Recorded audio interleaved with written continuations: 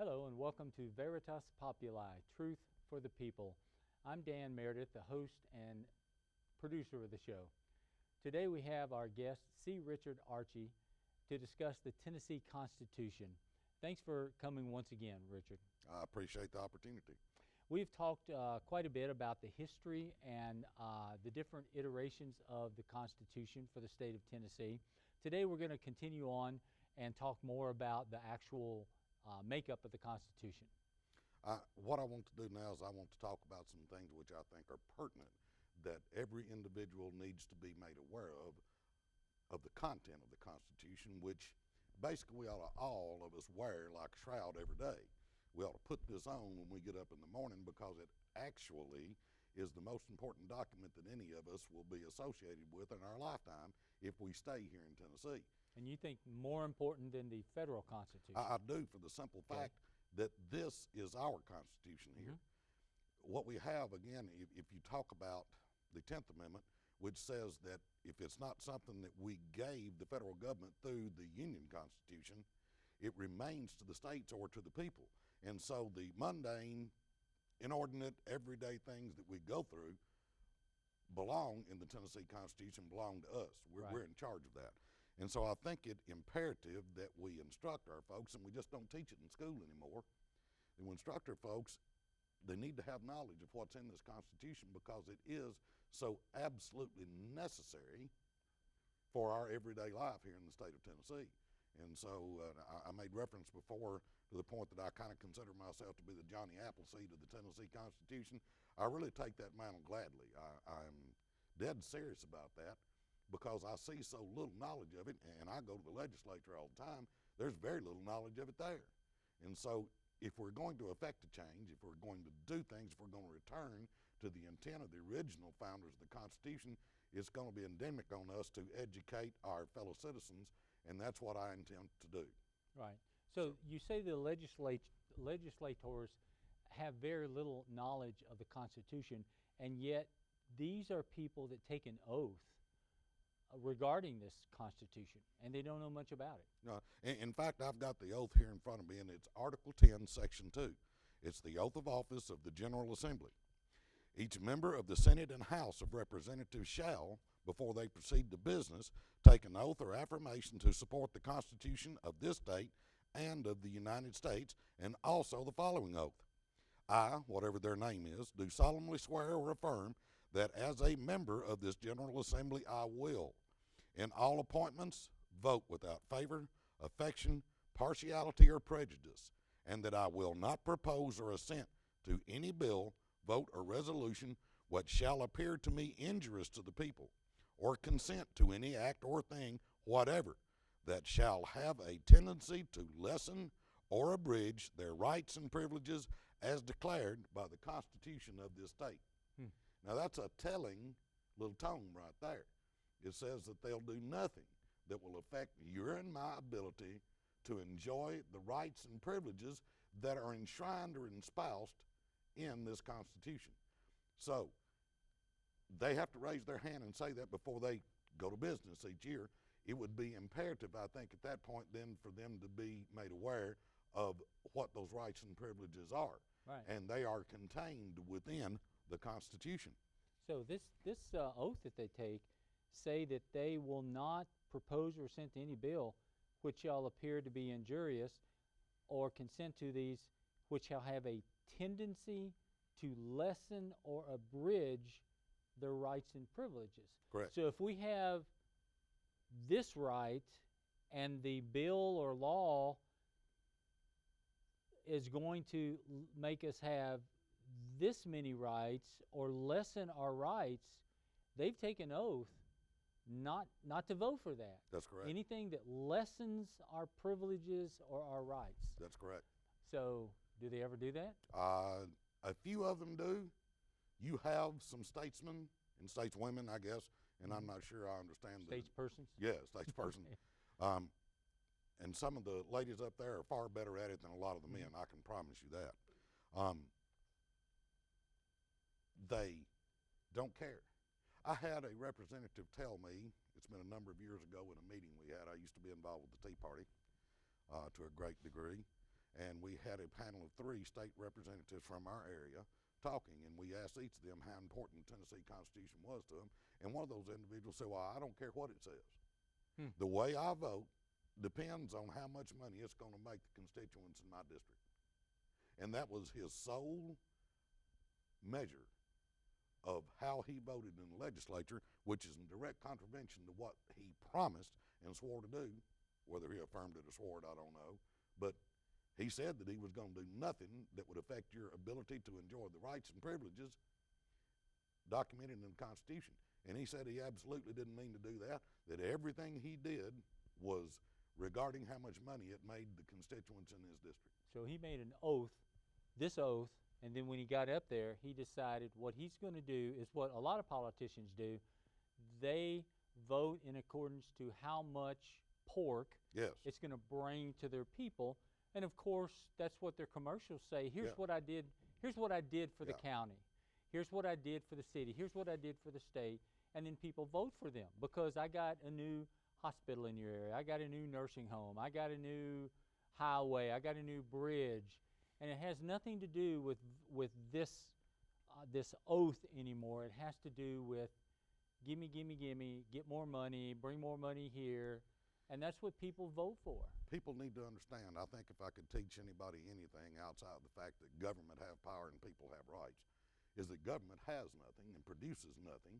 It can't spend anything that it doesn't take. It takes it from somewhere the individual and gives it to somewhere else. They purport in Tennessee to be this, we going to protect your private property. But in every instance, in Article 1, Section 8, Article 1, Section 21, Article 1, Section 34, every time it talks about private property, it says, with the exception of how your elected representatives can take everything you have up to and including your life. So be careful who you elect because they can take your stuff. They can take your money through taxes. And people say, well, money is not property. Of course it is, because you can take that money and buy property. So the state legislature can take your property. There is no guarantee to private property in the state of Tennessee. Sure. There is none. Right. They have to, if they take it under eminent domain, pay you what they think it's worth, but they can take it from you. So there is no guarantee to private property in the state of Tennessee.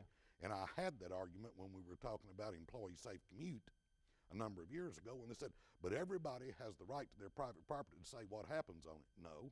Can you, if you live inside the city limits, have a hog farm? Of course you can't. Can you have a dirt track in your backyard and have cars running at 24 hours a day waking the neighbors up? No, you can't. There are certain norms that are expected, and you elect people, and then they pass laws which say how you can and cannot use your private property. So there is no guarantee across the board to your ability to use your private property or to even keep it. Right. Because your elected representatives, be they be your county commission, your city council, your state representatives, or your federal government, every one of those groups that you elect representatives to can take your private property. Yeah, just stop paying taxes. See what happens. Yeah. They'll come and take it. Absolutely. Yeah. Here's another article that I think is extremely important that people know, and it's Article 11, Section 16. The Bill of Rights is declared inviolate. The Declaration of Rights hereto prefixed is declared to be a part of the Constitution of this state and shall never be violated in any pretense whatever. And to guard against transgressions of the high powers we, the people, in parentheses, have delegated, we, the people, declare that everything in the Bill of Rights contained is accepted out of the powers of the general powers of government and shall forever remain inviolate. Now, there's no gray area there. It says these things that we have determined to be rights are guaranteed forever to the people of Tennessee. We hold them out of the general powers that we gave the government, and that they shall forever is a long time, remain inviolate. But I can promise you that not 1 in 10 of the individuals that sit in the legislatures at Nashville have ever read that or would agree with it, because of that, well, if we decide that we want to take that away from you, we ought to be able to do it because we're their elected representatives. That's not what our Constitution says, and we either do have a Constitution or we don't.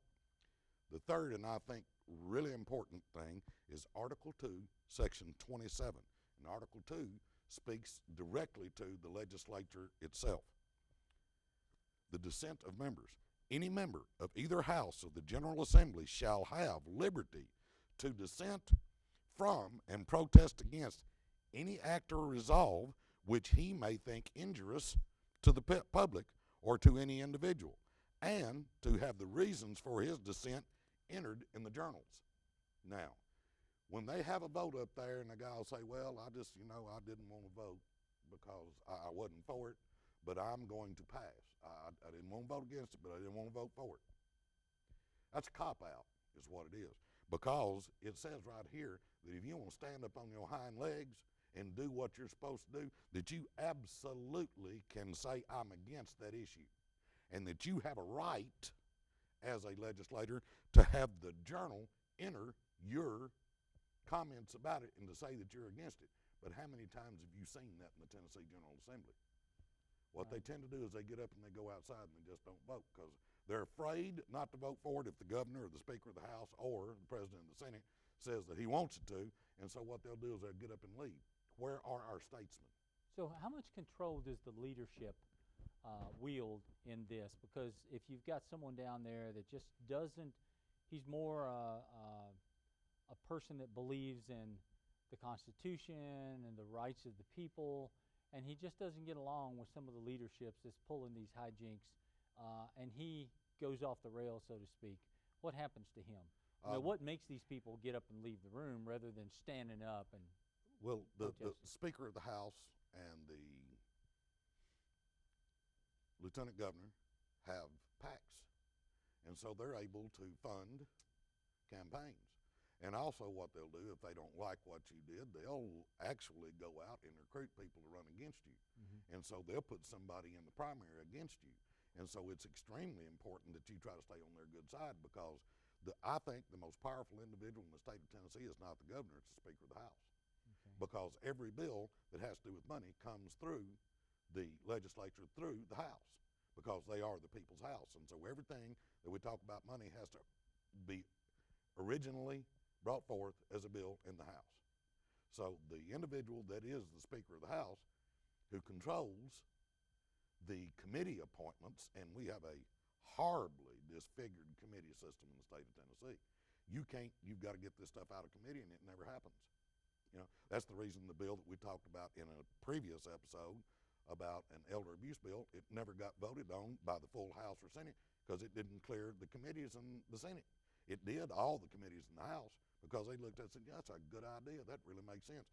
And then because of political issues, it got killed in the Senate, and it just didn't get taken up. Our committee system is horrible. It absolutely is. You and I can't get a bill that we really think is good on the floor for discussion stuff because it has to pass through the committee. And Jimmy Nafee was the king of the committee deal. He killed more bills in committee. Well, right now we've got a situation where it's every bit as bad. Good bills can't get on the floor. We all know that if constitutional carry got on the floor of the House and the Senate, it would pass. But they can kill it in committee, and nobody then has to stand up and say, hey, I voted against that deal. I never got a chance. It was never put on the floor. We didn't get a chance to debate and pass it. So the committee system that we have in Tennessee right now, the way it's set out, keeps good bills from getting to the floor. Let's go over that real quick for our viewers. When we were in high school, we learned that at least for the U.S. Government, and it should be the same for the state, you have the House votes, the Senate votes, and then the governor signs it. Correct. That's the way it's supposed to be. But that isn't actually what happens. It goes to the House and the Senate, but it goes to these committees that's a subset, and they put it in a committee, and then it's a possibility, whether this ever happens or not, the leadership tells some of the people in the committee, we don't want this out to the general floor, so it stays in the committee, and they won't vote it out of the committee. So you have some things that the whole House or the whole Senate would vote. There's plenty of members that would vote yes, all up. Correct. But it won't get out of the committee. That's correct. Is that what happens? That's exactly. So a lot of the people that might be viewing think, well, why can't we get this, that everybody in the state wants this law? It's not because the House and Senate won't vote for it. It's because it's stuck in these committees Correct. that are not designed, but almost by design, are sort of rigged to keep things from getting voted on. You're so kind. Yeah. When you say it may be designed, Maybe designed. that's absolutely the way it works. The original purpose of the committees may not have been that way, but that's the way it is. That's the way it works. That's correct. And you can even get bills out of committee and get them. You have a tiered system. If your bill has to do with criminal justice, then it has to go to the criminal justice committee. They'll have a subcommittee first. It'll come out there and go to full committee if it passes there. Then we'll have to go, if it's got a fiscal note, we'll have to go to finance. And so once it gets through finance, then you've already been through 3 committees. If it gets past there and you can get it through like we did with Employee Safe Commute in 2010, it can go to calendar and rules, which means it's passed everything up to that point. And when it gets to calendar rules, what they're supposed to do is to give you a date when it goes to the floor for debate and vote. They killed Employee Safe Commute and calendar and rules. They had a caucus meeting and took a vote. Ben's had already passed, and all, this year when we were talking about various issues, a number of different representatives say, well, we've got a committee system, and whatever happens, if these bills come out of the committee system, then I'm going to have to vote for it. Well, that bill came out of the committee systems. It was in calendar rules, and they killed it. That would almost sound a little crooked. Well, almost. And again, it makes a difference who governs. And what we have to understand is that these people are not supposed to be our rulers. They're supposed to be our servants. The problem of it is that we don't make enough noise. We don't tell them what we're supposed to do. And Okay. all right, we go to Article 1, Section 1, powers of the people, and I had you read that on a previous program, but that all power is inherent in the people, and all free governments are founded on their authority and instituted for their peace, safety, and happiness. And for the advancement of these ends, they have at all times an unalienable and indefeasible right to alter, reform, or abolish the government in such manner as they may think proper. Now, we need to understand that that word is not inalienable, it is unalienable, which means, and if everybody is like me, at some point they've been poor and working really hard and stuff, and you were really concerned the bank was going to put a lien on your house or your car because you couldn't make your payments. A bank can lien something and take it away from you. A government can lien something and take it away from you. But what this says is that our rights inherent in the Constitution are unalienable. The government can't take them away from you because God gave them to you. Indefeasible means that you can't give them away. Even if you tried, you could not give that thing away. So what our founders said was that our rights are unalienable. We can't give them away. The government can't take them. And indefeasible, we personally can't give them away. We have the right to alter, reform, or abolish the government in such manner as we think proper. The second most important article in all the Constitution is the doctrine of non-resistance, which is Article 1, Section 2. That government being instituted for the common benefit, the doctrine of non-resistance against arbitrary power and oppression is absurd, slavish, and destructive of the good and happiness of mankind. Our founders are speaking directly to us. That if the government gets out of control, that it is within our purvey to say, wait a minute, no. If we take it, we're being slavish. That's what it says. In fact, it's our responsibility to resist. It is. And that is denoted in Article 1, Section 23. And you need to understand Article 1 is the Declaration of Rights that we talked about, which remains inviolate forever. Article 1, Section 23, the right of assembly, redress of grievances, that the citizens have a right in a peaceable manner to assemble together for their common good, to instruct their representatives, and to apply to those invested with the powers of government for redress of grievances or other proper purposes by address or remonstrance. We are held and duty bound by our Constitution, by those guys who bled and died for us and gave up their homes that were torched and burned in the revolutions. We're duty bound by the document they attested to us to hold our government responsible. We are supposed to be in charge, and we're supposed to instruct our representatives. If we don't do that, these three things that I just read out of our Declaration of Rights are the three most important things in my understanding. It's kind of like when I was raised by my grandmother. She had me read the Bible every night. We read a chapter every night. I stayed with her. My mother went back to college.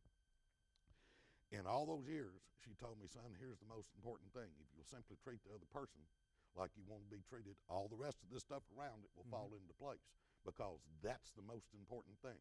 To me, these three things, the most important thing in the Constitution, that if you understand that government works for us, and that if you accept them arbitrarily taking your rights away from you, that you're being slavish, and that it is your duty to instruct them and to go see them, you have a handle on what's supposed to happen in the state of Tennessee.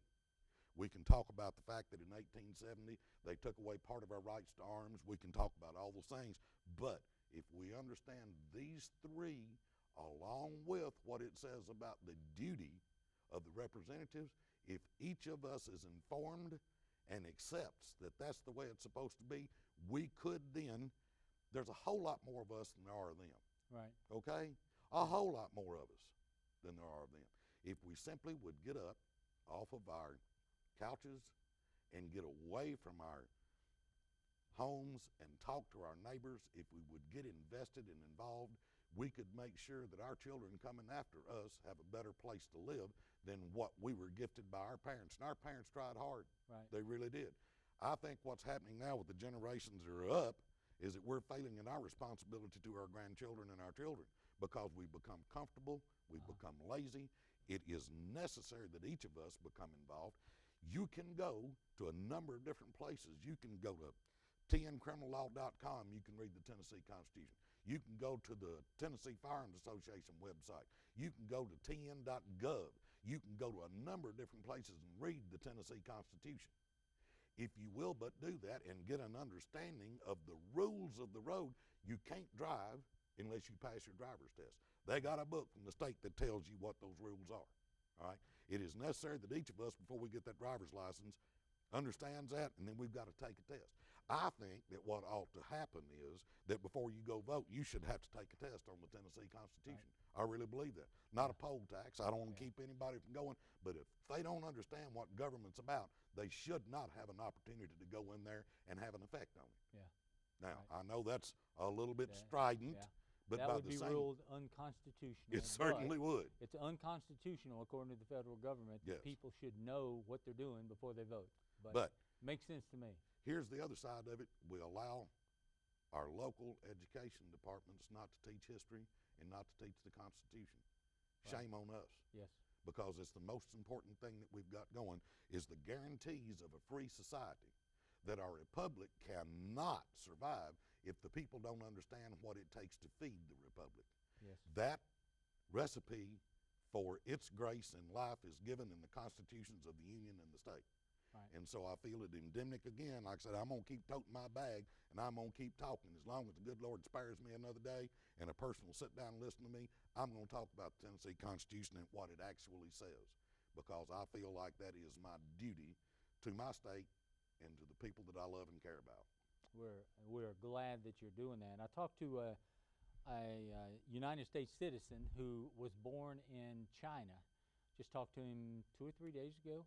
And he was talking about the fact that he thinks that people have no idea what goes on in the rest of the world. And I was talking to him about the fact that young people today are playing with this idea of we need to move towards socialism, and the fact that he grew up in communism. And in China, if they decided that you're going to be a coal miner, they ship you off to the coal mine. It doesn't matter if you want to be or not. And this person has come here and become very successful in life and very wealthy, because in America, you can do what you want to do, and you can be what you want to be. And he was talking about the fact that he believes that there are forces in this country that are trying to take away our history and take away the understanding of the U.S. Constitution, the Tennessee Constitution, the things that make us what we are. And he said, I'm an American because I came here and want to be an American. I want to leave communism and leave where I came from, and I want to be an American. And I appreciate what you're doing in trying to teach people about what we are as Tennesseans. You know, you don't have to take a test or make an oath to become a Tennessean. You just move here. That's correct. And we ought to appreciate what it is to be part of this great state. I think that what we should be is a shining example to the rest of the nation. We were the volunteer state. I think we still are the volunteer state. And I love Tennessee football, but it doesn't have anything to do with Smoky and Orange and Tennessee football. It had to do with the fact that we believed in liberty, that we believed in justice, and we were willing to pick up our personal firearms at that point and to put our lives on the line for that, to make sure that we had a state to come back to. That takes individual effort, and if we're going to honor those individuals who wrote on the check their lives on the 4 line, then I think what we have to do is to at least understand, honor the sacrifice of blood and treasure that they gave us, and stay vigilant with our state government and keep them from railroading us and taking away those freedoms and liberty that were so hard fought and won. Right. Tennesseans are great people. My father passed away 3 years ago. He was a resident of Kentucky but had moved to Tennessee. He spent 20 years in the Navy. My son lives here in Tennessee, and he has spent some time in the U.S. Marine Corps. He spent some time in Iraq and is doing well here. So Tennesseans are great and wonderful people. We just need to realize who we are and what our responsibilities are to instruct these legislators. Read this document. Find out more about the Tennessee Constitution. We appreciate you being here, Richard. Appreciate all your work. You're welcome to come back anytime and instruct us more.